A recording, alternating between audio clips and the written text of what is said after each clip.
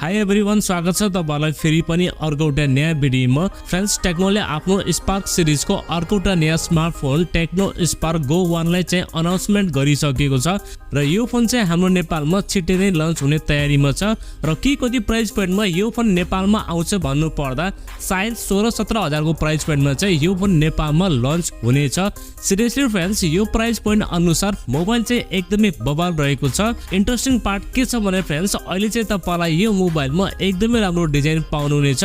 So आजको भिडियोमा हामी कुरा गर्नेछौँ टेक्नो स्पार्क गो 1 मोबाइलको बारेमा। यो मोबाइलका स्पेसिफिकेसन तथा यो मोबाइलमा तपाईहरुलाई के कस्ता फिचरहरू दिएको छ, साथै हाम्रो नेपालमा कहिलेसम्म लन्च हुनेछ र कति प्राइस पोइन्टमा आउनेछ, सम्पूर्ण विषयमा आजको भिडियोमा तपाईलाई जानकारी दिनेछौँ। त्यसैले यो भिडियोलाई एकछिन पनि स्किप नगरी अन्त्यसम्म हेर्नु होला। र अब तपाईहरुको टाइम वेस्ट नगरी सुरु गरौँ आजको भिडियो। फ्रेन्ड्स, आगामी दिनमा अरु यस्तै भिडियो हेर्नको लागि प्लिज हाम्रो च्यानललाई सब्स्क्राइब गरेर राख्नु होला र यो भिडियो मन परेमा एउटा लाइक पनि गरिदिनु होला।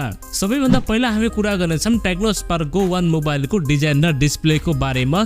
डिजाइनको बारेमा कुरा गर्नु पर्दा ब्याक साइडमा तपाईलाई सेम टु सेम आइफोन 14 को जस्तै डिजाइन पाउनुहुनेछ। फोनको ब्याक साइडमा तपाईलाई डुअल क्यामेराको सेटअप, साथमा एउटा एलईडी फ्ल्याश र तलपट्टि टेक्नोको ब्रान्डिङ पाउनुहुनेछ र अगाडिपट्टि तपाईलाई सेन्टर कन्सोल डिस्प्ले दिएको छ र डिस्प्लेमा तपाईलाई ग्लासको प्रोटेक्सन पनि दिएको छ। र बिल्ड क्वालिटीको बारेमा कुरा गर्नु पर्दा ओभरअल यो मोबाइल प्लास्टिक बिल्डको साथमा आउनेछ र यसको फ्रेम पनि प्लास्टिकको रहेको छ। सिरियसली फ्रेन्ड्स, प्राइसिङ अनुसार मोबाइलको बिल्ड क्वालिटी र डिजाइन चाहिँ एकदमै राम्रो रहेको छ। अब हामी कुरा गरौँ मोबाइलको डिस्प्लेको बारेमा। तपाईलाई चाहिँ यो मोबाइलमा 6.67 इन्चको HD plus IPS LCD panel दिएको छ, साथमा 20:9 को एस्पेक्ट रेशियो र 269 को पीपीआई डेन्सिटी रहेको छ। अनि तपाईलाई यो डिस्प्लेमा 120 हर्ट्ज को फास्ट रिफ्रेश रेट पनि दिएको छ, यानी कि डिस्प्ले चाहिँ एकदमै स्मुथ हुनेवाला छ। ओभरअलमा डिस्प्लेको बारेमा कुरा गर्नु पर्दा फ्रेन्ड्स, डिस्प्ले क्वालिटी चाहिँ तपाईलाई यो मोबाइलमा एकदमै राम्रो पाउनुहुनेछ।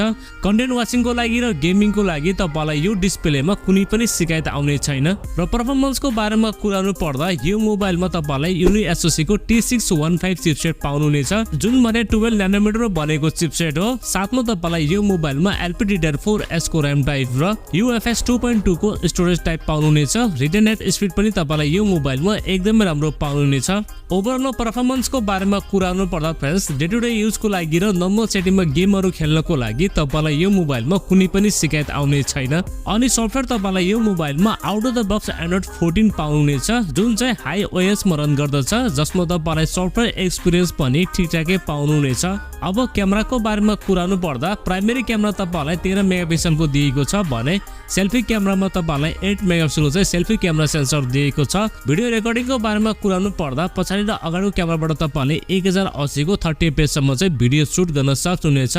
प्राइसिङ अनुसार यो मोबाइलको क्यामेरा सेटअप पनि ठिकठाकै हुनेवाला छ र ब्याट्री तपाईलाई यो मोबाइलमा 5000 mAh को ब्याट्री, जसलाई चार्ज गर्नको लागि 15 वाटको चार्जर चाहिँ बक्समा पाउनुहुनेछ र ब्याट्री ब्याकअप पनि तपाईलाई यो मोबाइलमा एकदमै राम्रो पाउनुहुनेछ। प्राइभेसी सेन्सरहरूको बारेमा कुरा गर्नु पर्दा तपाईलाई यो मोबाइलमा side fingerprint scanner, face unlock, चार्जिङको लागि टाइप सी पोर्ट, साथमा 3.5 हेडफोन ज्याक पनि दिएको छ र तपाईलाई यो मोबाइलमा ड्युल स्टिरियो स्पिकर पनि दिएको छ, जसको क्वालिटी चाहिँ एकदमै राम्रो हुनेवाला छ। फ्रेन्ड्स, अब हामी कुरा गरौँ यो मोबाइलको नेपाली एक्सपेक्ट प्राइसको बारेमा। मलाई जहाँसम्म लाग्छ यो फोन हाम्रो नेपालमा 14-15 हजारको प्राइस पोइन्टमा आउनेछ। यदि यो प्राइस पोइन्टमा आउँछ भने फ्रेन्ड्स, फोन चाहिँ एकदमै राम्रो फोन हुनेवाला छ। अब लन्च डेटको बारेमा कुरा गर्नु पर्दा फ्रेन्ड्स, पहिला चाहिँ यो फोन ग्लोबल लन्च हुनेछ र ग्लोबल लन्च भइसकेपछि त्यसको केही समयपछि यो फोन नेपालमा पनि आउनेछ। लौ त साथीहरु, यति नै थियो यो मोबाइलको बारेमा। तपाईलाई चाहिँ यो मोबाइलको स्पेसिफिकेसन कस्तो लाग्यो, आफ्नो केही सल्लाह सुझाव भएमा प्लिज एउटा कमेन्ट लेख्नु होला र यो भिडियो मन परेमा एउटा लाइक पनि गरिदिनु होला। र यदि नयाँ साथीभाइहरुले हाम्रो च्यानललाई पहिलोपटक हेर्दै हुन्छ भने प्लिज हाम्रो च्यानललाई सब्स्क्राइब गरेर राख्नु होला। अर्को भिडियोमा भेट हुने बाचा गर्दै आजलाई बिदा लिन्छु। हवस्, धन्यवाद। जय नेपाल।